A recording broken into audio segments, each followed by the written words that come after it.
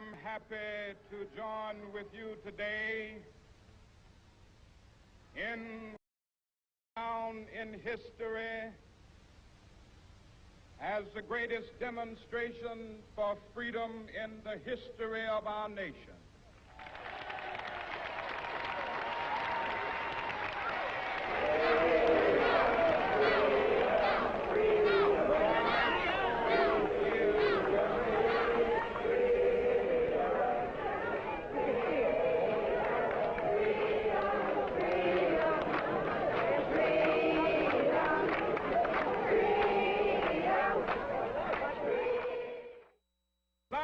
Dream that my 4 little children will one day live in a nation where they will not be judged by the color of their skin, but by the content of their character. I have a dream today.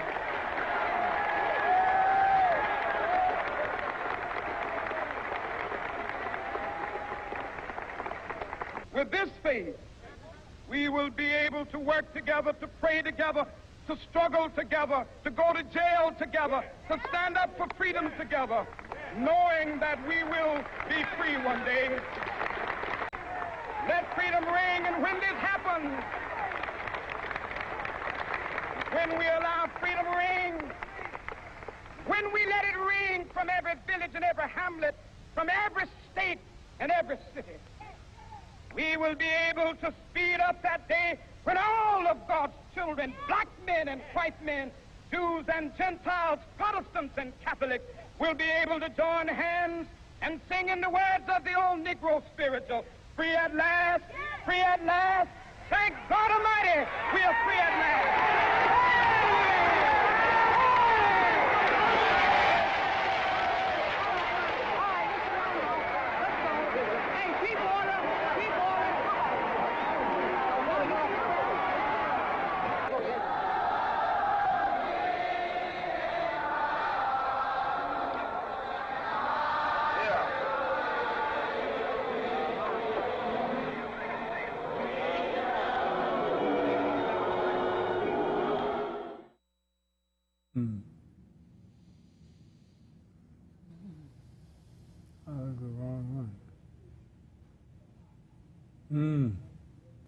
Welcome to the Gilchrist experience. If you old enough, or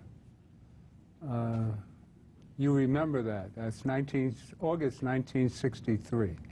That's a powerful moment in our history. We just went through Black History. This is Women's History this month.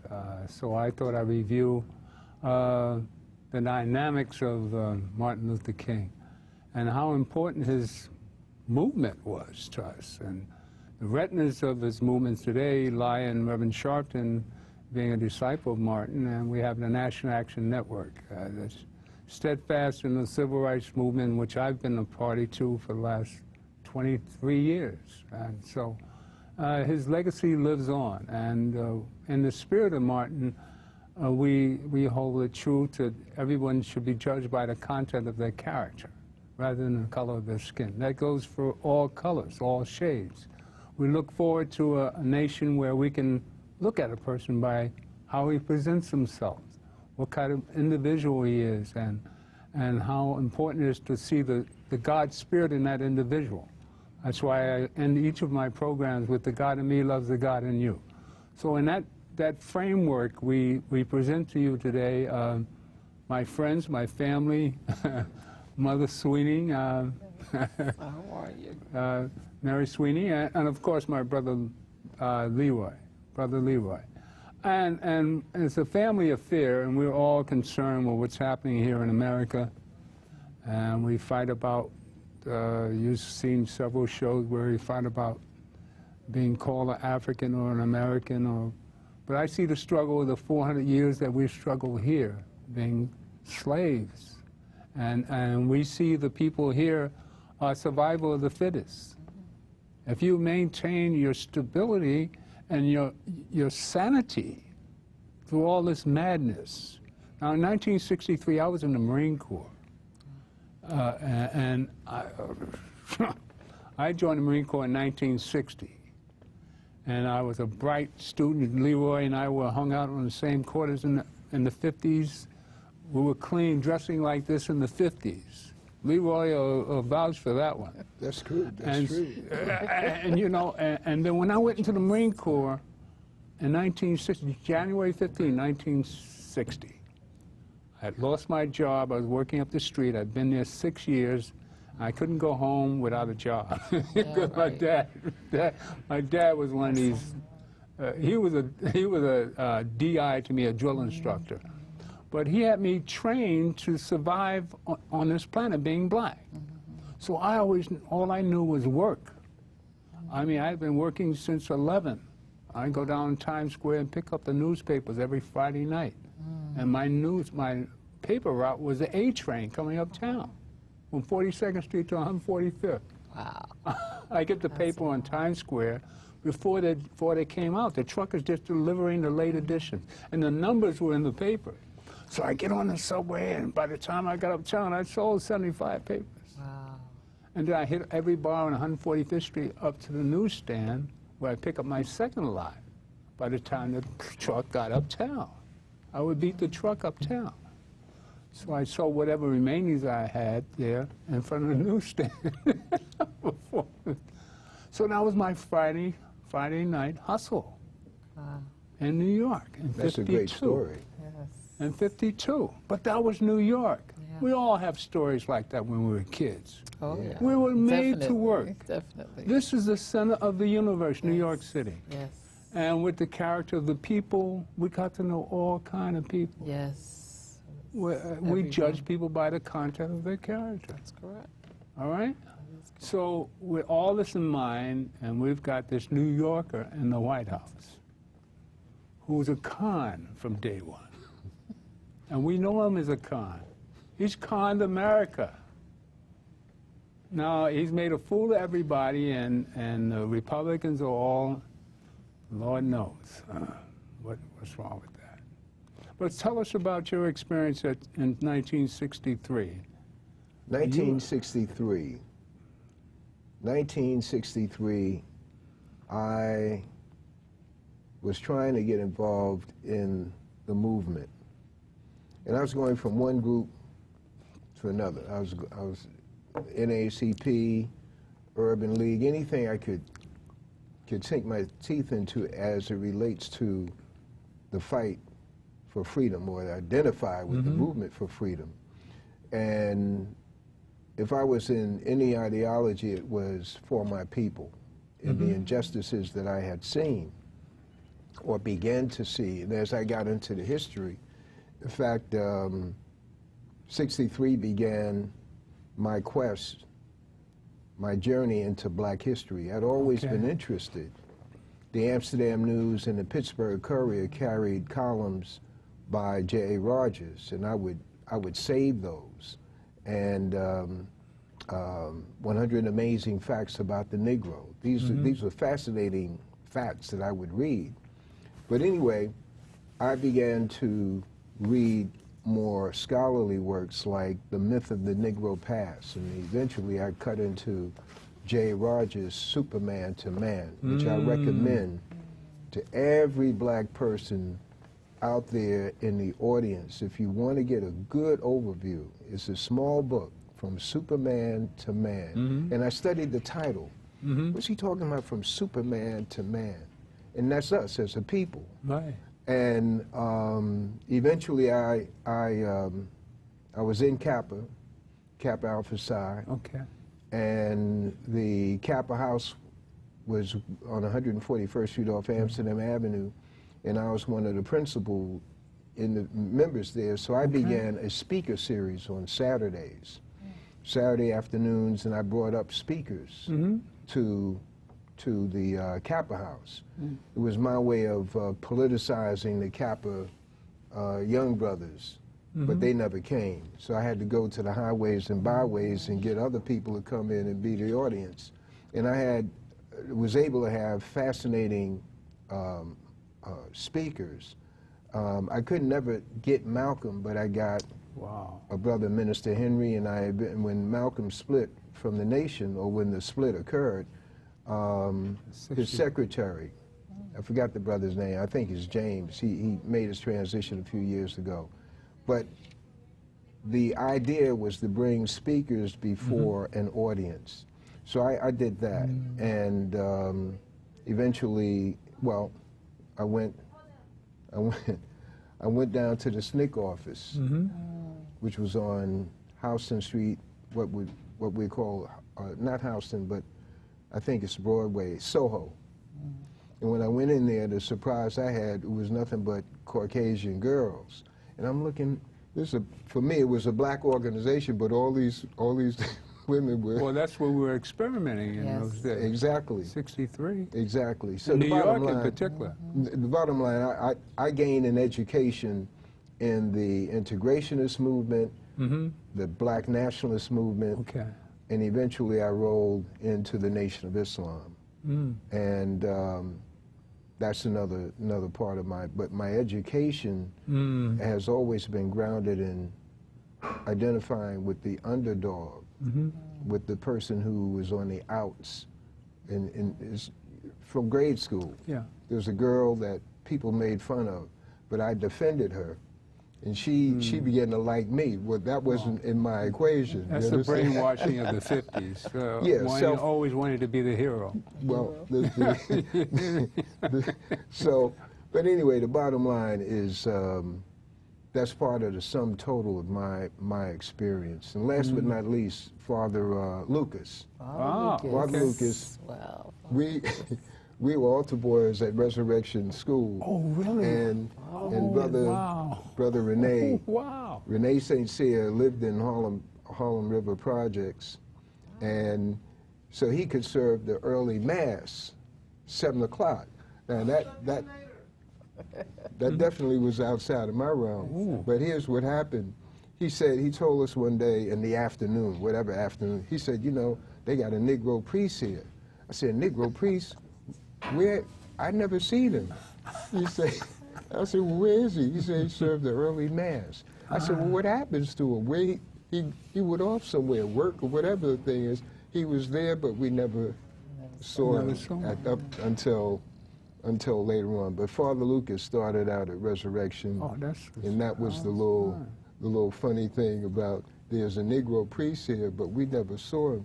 Renee saw him because he served Mass with the brother. After that, he was a super.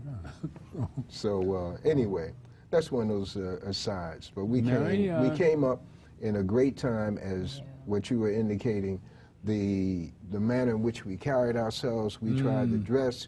There was a brother, well, he wasn't a brother, but he was accepted as a brother somewhat. Sir George, up on Amsterdam, that's where we got the Ivy League clothes from. And that was the whole thing. But anyway. Mary, you were probably a child then. Yes. Well, I was I was a teenager. And it's funny when you said Father Lucas. Wow, Father Lucas. Right. Well, I grew up in Harlem, and in the 60s and the 70s and the 80s, I mean, like, you're having me date myself here. Yeah. But you're a Harlemite. My parents had a business called Trelawney Bakery. Yeah, that was on 8th Avenue. It was on 8th Avenue. That's where we got the rock. The rock cakes. We got the rock. The meat patties. 146. Oh yeah, we used to come out of Colonial Pool and Colonial Pool. So those were my parents. You didn't know that? The line used to be around the corner. Around the corner. Oh yeah, I remember that place. Wow. My parents, so you didn't know that. Oh my goodness. Parents owned Trelawney Bakery. Oh, you should be a millionaire. Oh, you a millionaire? Oh, you a... God. That is correct. Oh, that place was... Trelawney Bakery. Oh my goodness. And my responsibility... Mary, I didn't know that. Yes, you didn't know? No. Yes, Trelawney Bakery. Oh, that was a great place. And we were known for our rock cakes. That's right. Our tennis rolls. Oh, God. You gotta tell people what the rock cakes are. Oh, the rock cakes. Now, the rock cakes it's like you ever see a scroll? Okay, it was similar to that, but it was hard on the outside. It was almost a lethal weapon. When you broke into it, it was good. It was like a cake with raisins. It was just delicious. You could dunk it if you wanted to dunk it. If someone was going to fight with you, said, "But throw my roll." But they were delicious. And the tennis rolls were like these big buns filled with raisins. And it's funny when you said a colonial pool, because that's what we called it, the colonial pool. Whenever you went to the pool, That's right. and you came out of the pool, Came to get rock you cakes. come to get your rock cakes and your right. tennis rolls. That was the meal, and you could get 2 rock cakes back then for 5 cents. And if you didn't have any money, my mother, she was going to let you have it. Yes. So I used to have to work in the store. that's Yes, funny. Trelawney Bakery. What does Trelawney? Trelawney is the name. It's a Jamaican town. It's a little town in Jamaica. And I actually visited that town back in, let me see now, maybe 2010. My husband and I took a trip to Jamaica. But my father was not born in Jamaica. But back then, anyone that came in from the Caribbean was classified as British. They didn't have the independence, so they were British. And they would come together. Remember Freeman's? Freeman. The Freeman's was right next to Trelawney.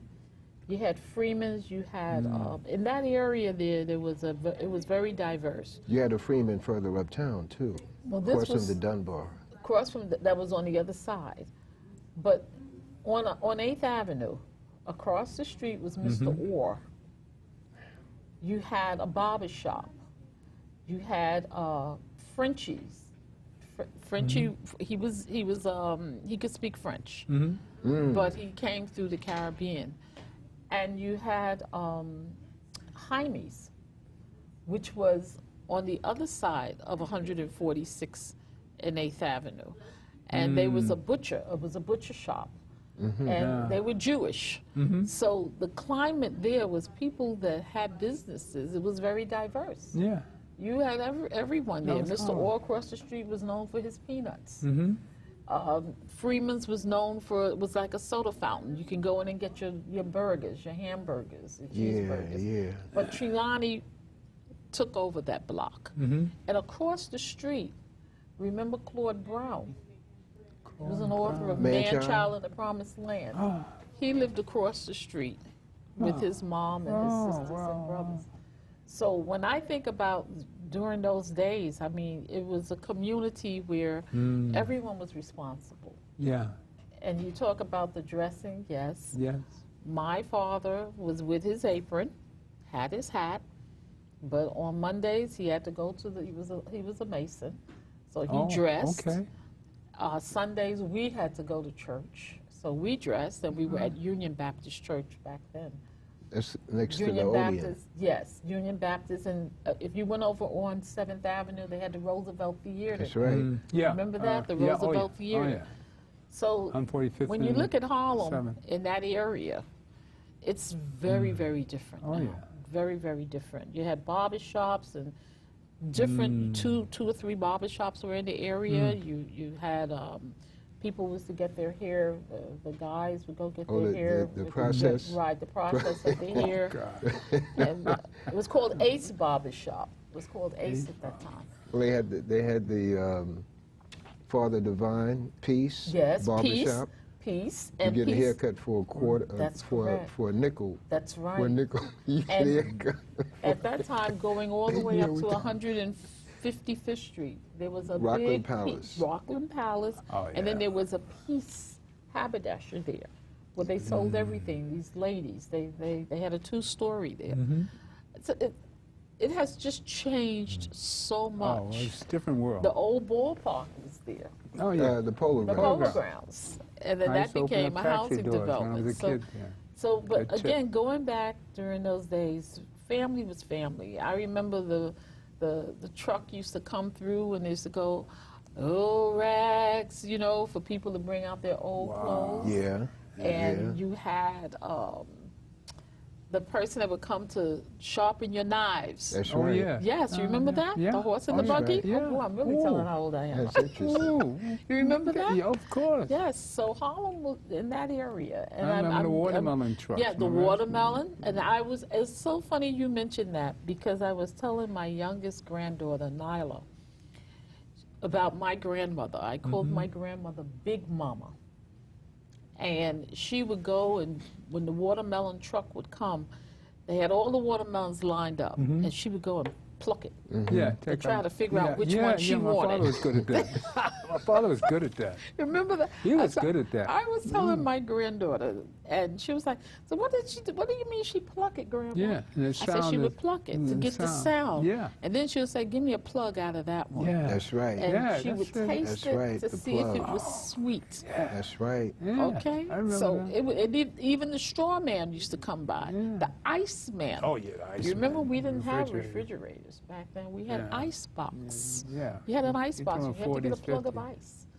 So there's a lot of things that have changed. Even the health. What about 63 when Martin was... Well, when Martin Luther King was killed, that was very, very tragic. I'm talking I about mean, the March The on march Washington. itself. The march. 63. well, you know, the march was held in the South, but Right. up north, being that my parents were very protective, they were not interested in my having an interest to go anywhere. I couldn't even tell them I was going down to Georgia. They was not they going to wouldn't have let- that. They No. wouldn't have you go They south. felt that Well, New whatever Jersey was- was racist. yeah, We couldn't go to Jersey, New Jersey. even going in Palisade certain parts, Amusement Park. right? remember? It was called couldn't go to the It was pool. called Freedom Land or something Oh, out yeah, there. yeah, that's right. And even going up to the beach. I'm trying to think of the name Reese of the Beach? beach because you couldn't go on a bus outing. You had to have a car to late go 50s. out. That was in the late 50s, Yeah. early 60s. It was So tough. things were very, very different, and racism existed. But again, in our community, my father had persons that were in business that would come and interact. Some of them were Jews. They were interested in his coins because he collected coins, and they would always come. And I used to say, "Dad, why you let them take the coins?" He said, "Oh, he don't know what he's getting, but I'm getting more for what I'll let him take." But Jews have always been in our community. Yes, but I'm saying the exchange, the Okay. bartering that would take place. And one of the things I remember too in the 60s, again, even with the time when Martin Luther King was the World's Fair. Remember when the World's Fair? We were Queen. one of the few, I would say, few black businesses that had a pavilion at the World's Fair. And it was because of the rock cakes and the meat patties. Wow. Yes. So Yeah, it's- that's fabulous. It was Yeah, very, I got a very treat for different. you. I want to show you a little bit about National Action Network. We have a legal night every last Thursday of the month. And just to talk to you about Women's Month. Oh, well, that's fine. All right? Okay. This is Women's Month. Okay. And, you know, God's a woman for me. I mean, my mother was a woman, so that's God to me. All right? I come from a womb. We all, humankind, comes from wombs. But play 2A, Sweeney. And we'll be right back after this. All right? Are you ready for that, Stanley?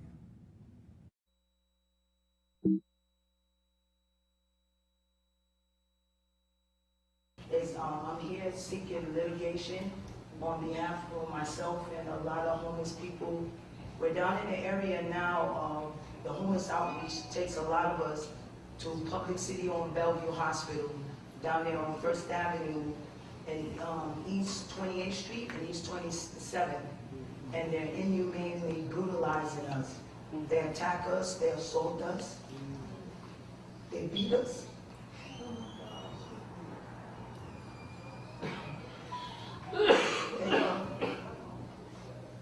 They tell us that we can't come into that Public City-owned hospital because we're homeless.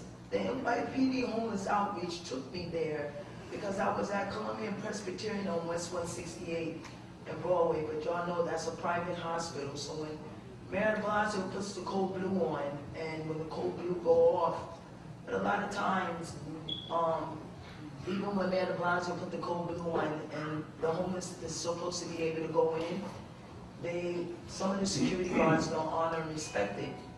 So when I was there at 168 in Broadway, I was constantly dialing 911, calling Internal Affairs, putting the complaints through the city to Mayor de Blasio office.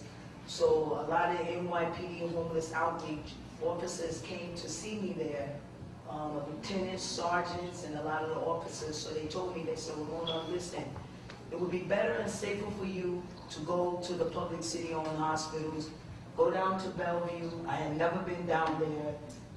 Nobody should be telling you to get out with your wheelchair, or you can't be on the public sidewalk, but that's exactly what's happening. They have threatened us with illegal arrest. They threatened us to take our property unconstitutionally and go through our property unconstitutionally. It's me and a Russian woman and some other homeless down there. They make us go on the other side of the street where there's garbage. We're sitting them now among garbage and rats. They send in all the homeless people telling us that we can't be on the public sidewalk. Even NYPD, a sergeant from the 13th police station, I constantly call them and ask them to, just protect our human and civil and constitutional rights without discrimination and harassment. So a sergeant and a lot of the police officers told me, they said, Ramona, you need to get a lawyer and put a lawsuit on this hospital. Because like right now, when I leave here tonight, I'll be going back down there, but we're on the side of the street with the rats and the garbage, and they threatened me. It's a white Russian woman and other homeless. We can't even come on the public sidewalk. They threatened us and told us if we come on the public sidewalk, that we will be illegally arrested and they will take our property. So, I told the police, who wants to go through that? They tell me, well, Ramona, you have a legal lawful right. You have a right to be on this sidewalk. It's a public hospital under the mayor, Mayor de Blasio. It's a city-owned hospital and a public sidewalk. They can't tell you that they have little pillars. We sit on the little pillars. We're very peaceful. We don't bother nobody. But what's going on is the hospital police, security guards are taking it upon themselves. They told some of the other people that live down there they don't want no homeless in the hospital at all. Miss Ramona, Yes, ma'am. it's most certainly I've heard everything that you've said. And it's unfortunate that the circumstance, homelessness should not result in mistreatment. Homelessness and being homeless does not in any way cause you to lose your rights, right to humanity, right to be treated respectfully, right to be treated as a woman in this country, as a person in this country. You are human regardless of your circumstance, and that any of us could end up homeless by way of circumstance. So thank you for enduring and for sharing your story. I've heard you mention that Attorney Hardy has made the appropriate referrals. I heard you mention William Allen, who by God's grace is standing right over your shoulder, and that you indicated you had not had an opportunity to meet him. Well, guess what? He is the angel on your shoulder, and that is standing right next to you. So I'm sure you have conversations with him to the extent that it's a policy issue. Policy by way of who has the right to be on public sidewalks. You've mentioned the hospital being a private hospital and you're being pushed from one side of the street to the next. Mr. William Allen, with his expertise, both by way of policy, by way of politics, by way of law, by way of advocacy, is here again, a way of definition in the House of Justice, and he will be able to speak with you further. Okay?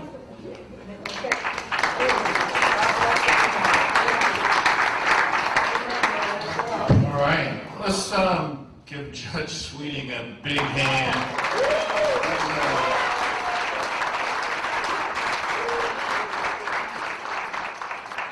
That is a great example of having a judge's ear and her having the patience and the respect to hear you out. Thank you.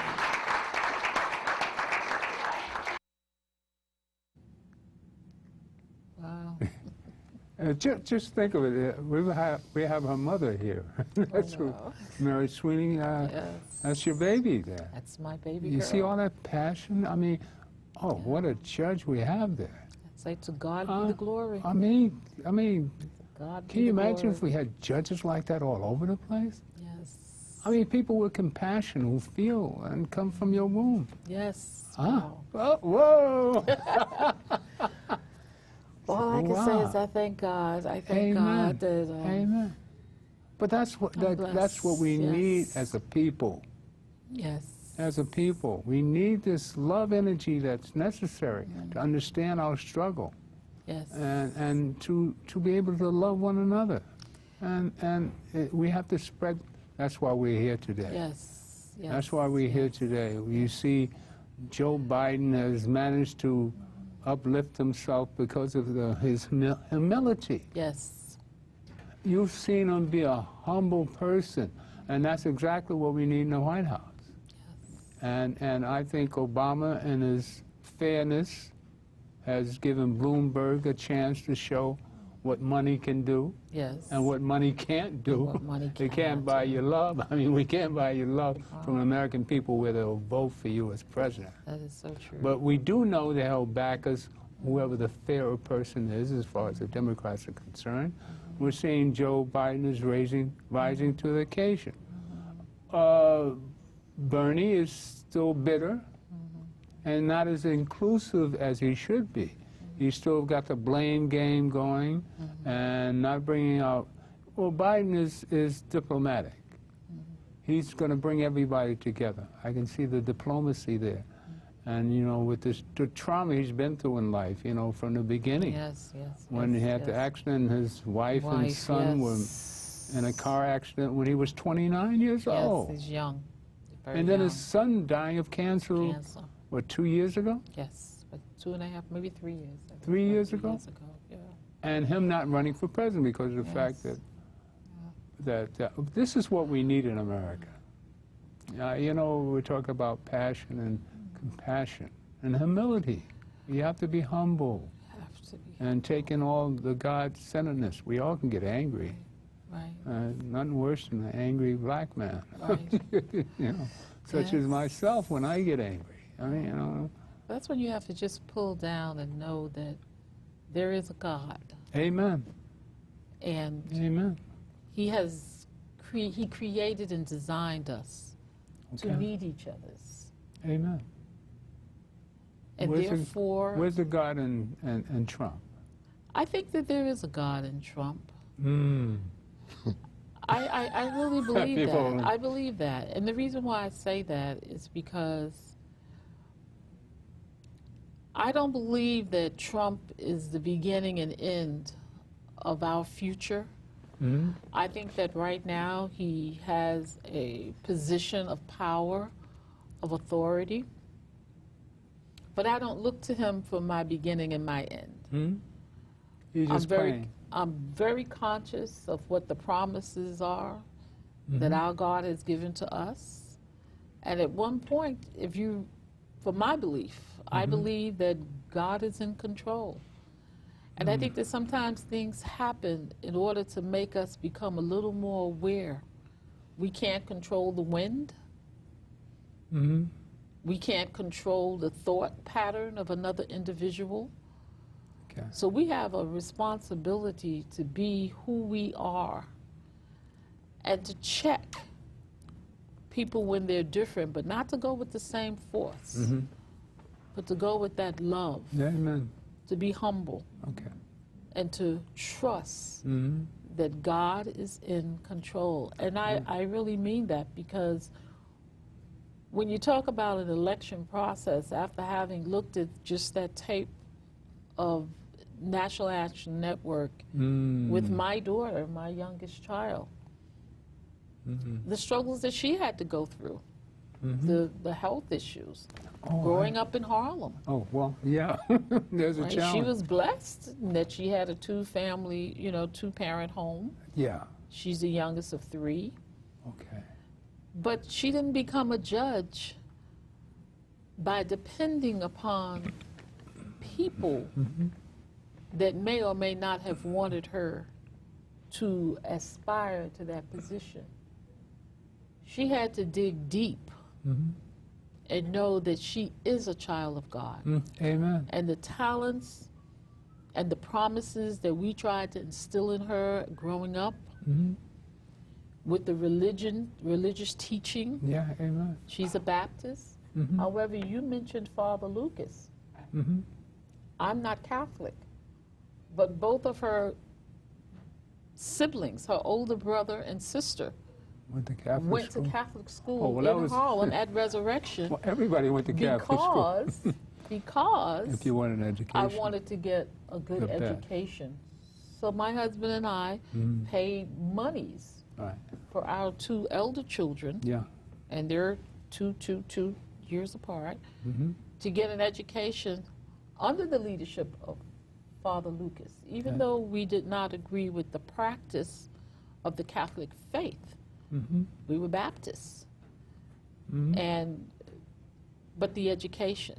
That's So I'm right. saying that to say, until this day, my children are still engaged with Father Lucas. They keep up with him. And he became a factor that there is a God, and no matter how you decide to worship, that you have to know what's inside of you. And I think your responsibility is to always be the best you can be and give that very best to whomever or whatever in any circumstances. And it's hard. That's a challenge. Yes, it And is. it's not easy. So that's what I have to say pertaining to Trump right now, and I don't usually say his name. I usually refer as number 45. Okay. He has to have a reckoning. He's a test. He's a really test. He's a That's test for all. us. That's it. He's a test. That's all. And when you look at the way that I've looked at some scripture, I'm really studying a little bit more. At one time, there were judges that judged the people. Then people wanted kings. They wanted queens. So Right. what would be the difference? Right now, we have a president. And we're supposed to be in a democracy. So what happens?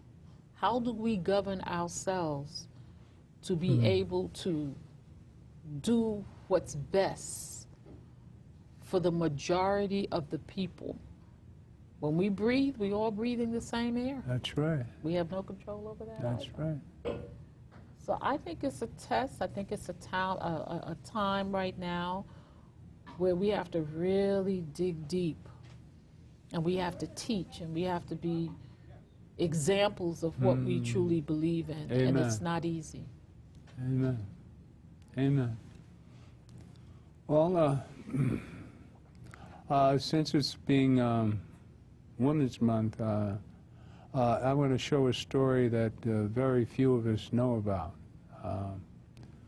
One of the consequences of the King family. Very few people know about Martin Luther King's mother Okay. was murdered Yes. in 1974, which very few people know about this. And would you? Now remember that it happened. All right. This played at second base, 2A. Martin's mother, and it's only 2 minutes long. So I just want to give you a review of what happens that we don't even hear about or don't remember.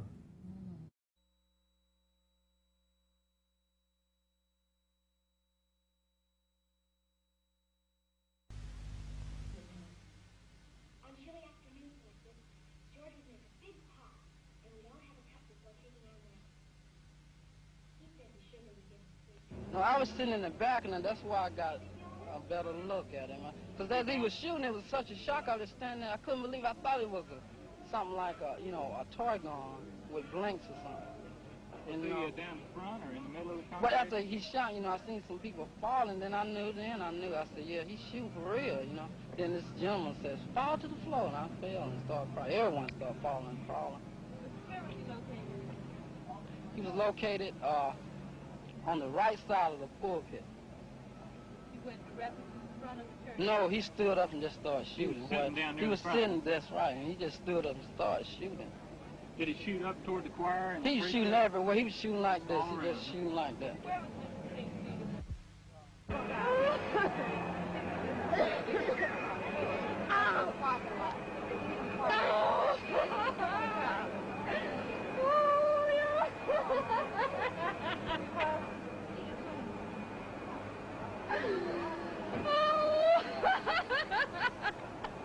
Yeah.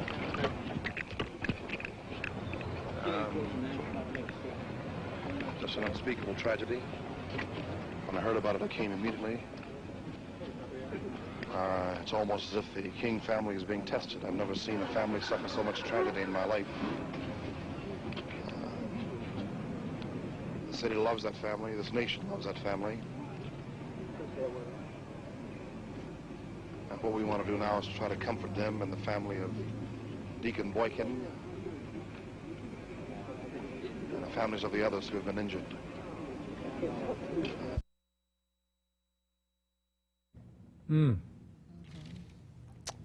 Comments, Leroy?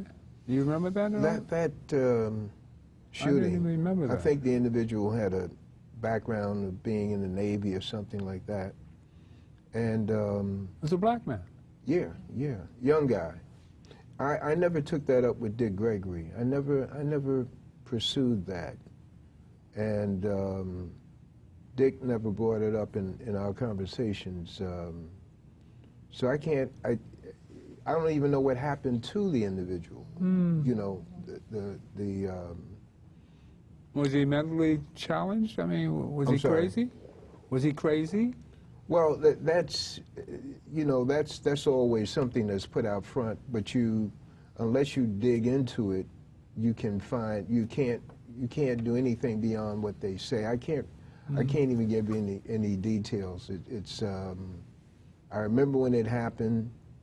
It was a surprise. It was in the church. Yeah, It was in Ebenezer. the church, and whether she was the one he was aiming at or not, I just don't know. And in terms of the if there was a trial for the individual, I don't remember that. A lot of things, I don't remember. When I say I don't remember anything beyond what was in the news reports. And once again, Dick Gregory would have been a great source for me to plug into, but we never talked about that. We never talked about that. I was curious to see if anybody even remembered that. I hadn't remembered it. I didn't Not at all. remember it either. 74, I was... Right. But you want to know something? Sometimes things happen, and there's so many other variables out there that we have no control over, that in the wisdom or lack of wisdom, the powers to be will suppress it so as not to have a reaction where the powers to be can't control. Because when we sit here, the three of us, and we knew that the mother had passed, I mean, obviously we know, but I never really knew what happened. So with all of the media coverage in '74, the question is, what else was going on? Riots, 74. lynchings, killings. Why was that not something that reached the average person in the United States? Because it was the murderer was black? You think that? Maybe because the murderer was black. Maybe because it could have been an accident. Maybe she was not targeted. Yeah. It's a whole It lot sounds of that way. maybes. Sounds that way.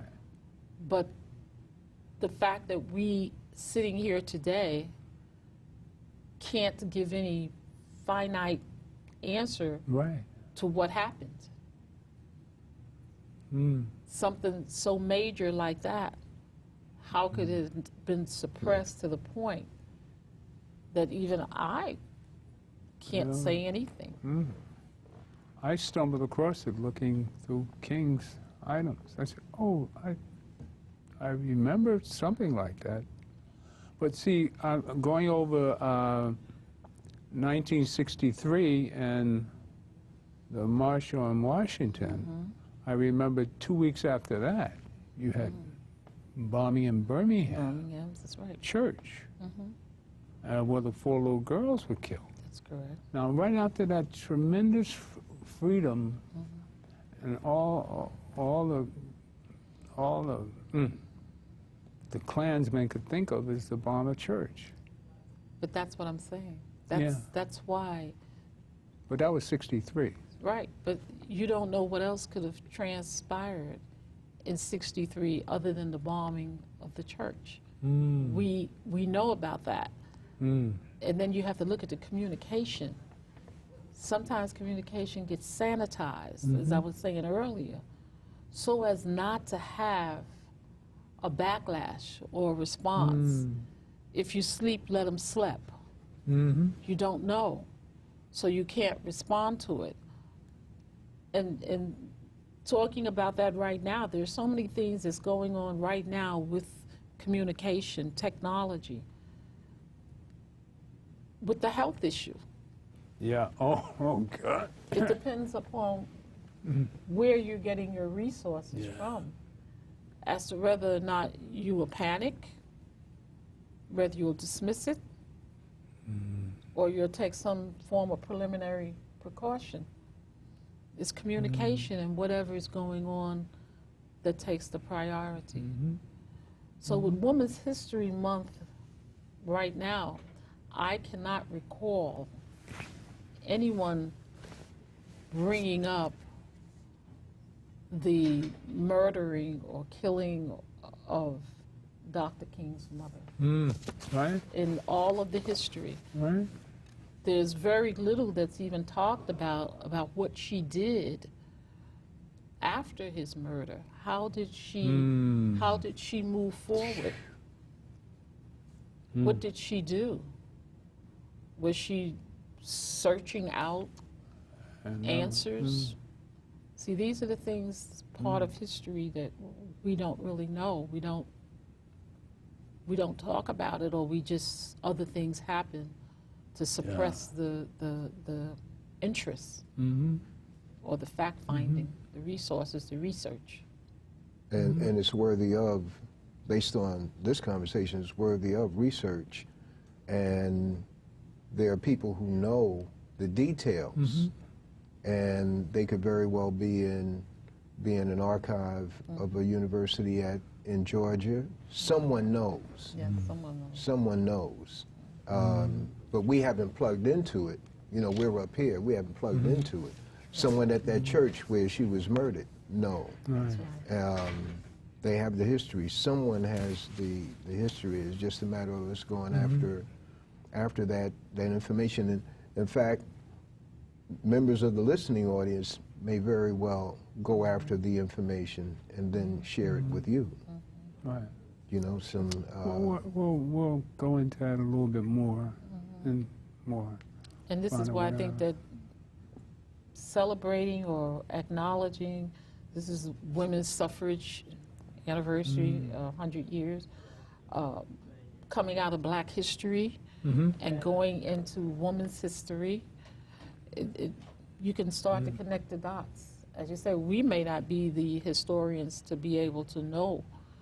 Oh, we're going to become but we could, those. we could find out. Yeah, we'll find out. And again, that's something that we should be able to teach. As I was saying earlier about making sure that my grandchildren know who they are in terms of their birth, the history. That's right.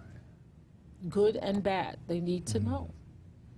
We all have to understand how we survive this struggle, you know? Well, I think that Being Black in America. I think that one of the ways to survive is to first be willing to accept what you find out, to be willing to understand what the situation really is, and not camouflage it. Okay. For example? For example, Racism? Racism. Racism, I think, is a part of fear. People dislike or become prejudiced or racist because they fear that someone is going to take something from them. That you're going to get something that I'm trying to get. Right. It becomes competitive.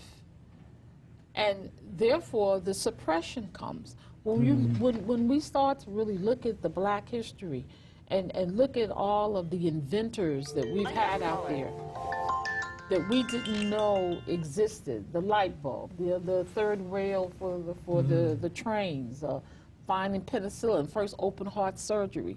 When we start looking at these things and know that these were Black people that brought these things into existence, then we will have an appreciation more so of who we are. So Hold that thought right there. Hold that thought right there.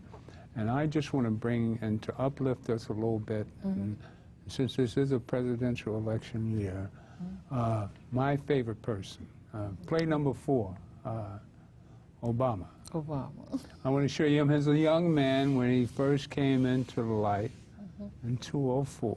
And you'll see Obama, and because I think this is the whole essence of what's happening this year. And we're turning 79, and it's an important year for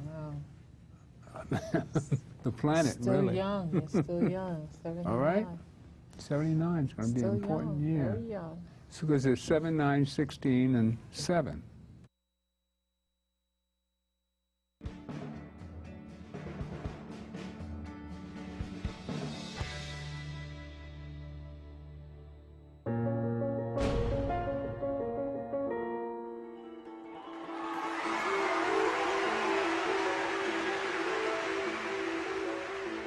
Barack Obama in 2004 was totally unknown. People were saying, I don't know who this guy is. I wonder why they picked him. He had this reputation as a bit of an upstart, as sort of a young, rising figure in the party, but no one knew who this guy was. This was his chance to introduce himself to people. Tonight is a particular honor for me because, let's face it, my presence on this stage is pretty unlikely. My father was a foreign student, born and raised in a small village in Kenya. What makes a great political speech is if you can somehow fold your story into this larger American story. The next thing he says is about his mother's family. His grandfather fought in World War II. He used the GI Bill. They settled in Kansas, so white people could say, he's just like us. My parents shared not only an improbable love, they shared an abiding faith in the possibilities of this nation. I stand here knowing that my story is part of the larger American story, that I owe a debt to all of those who came before me, and that in no other country on earth is my story even possible. Going into this speech, we've had 4 years of George Bush, and we felt as a country like we've grown further apart. 2004 was very much a divisive partisan race. Obama's speech is in some ways an antidote to that. Alongside our famous individualism, there's another ingredient in the American saga, a belief that we're all connected as one people. If there's a child on the south side of Chicago who can't read, that matters to me even if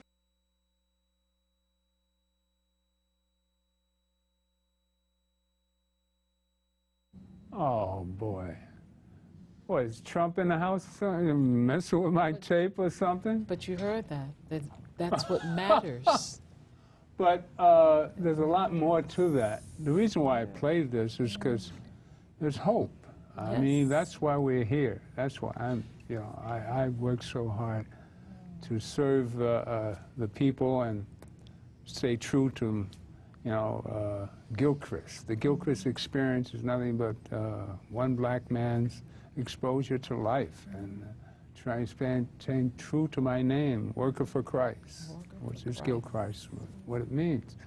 But I see a man like Obama who's living out the the dream that I had in the 60s, I thought integration would work. I thought, you know, you judge people by who they are and how they come at you. Because that's what we learn in New York, no matter who you are. But this racism, it's a joke. It was a joke to me always as a kid. First time I was segregated, saw segregation, I went to a park in Philadelphia. And I saw all the white people laying in the sun trying to get a suntan. They're telling us that we couldn't come in the park. I couldn't understand why. If they're laying out in the sun trying to get our complexion, why is it they don't want us in the park? So it's always silly to me, and I always saw it that way. I never had lack self-esteem, because I'm here in New York. Right, You know? exactly. I didn't know what the South was like, and you and I, you know, raised in, there was no limits to what we could do. Your mindset was the only thing that was limited, and that was the temperament here in New York. So when Obama came along, I thought that was a blessing from God. And to watch, you said was fear. What brings on racism? Yes, and I it's think jealousy. that it's fear, You see, jealousy. Trump was nothing but jealous of Obama. Well, I think not only the jealousy, but I think that he could not accept the fact. He, 45 went from the option of him not being an American. Right. The birth that's used. That's something that's used to hide